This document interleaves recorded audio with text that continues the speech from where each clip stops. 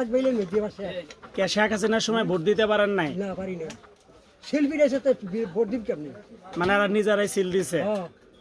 আপনি তো কষ্ট ওই যে করে তাহলে দীর্ঘ কি 15 বছর ভোট দিতে পারেন নাই? হ্যাঁ, সামসা আসলে সামসা কটা উদা সিল বাস আমাকে ভোট দিতে দেয় না। কি লিয়ে দেন জানেন আমরা কষ্ট করে বুড়া মানুষের বয়স হয়ে গেছে লিয়ে আমরা না কষ্ট বস আরে বস হোক আমার বস হলে আমার ভোটের অধিকার আমি না হ্যাঁ 100%। আমার ভোট আমি দিম আমার ভোট আমি দিম কার তোমার কথা আমি ভোট কোন হানি দিম এইটাই তো হলো কথা। হ্যাঁ দিতে তো দেয় নাই তাহলে কি এখন ভবিষ্যৎ আশা করেন যে ভোট দেওয়া যাবে? এখন এখন কি আশা করেন?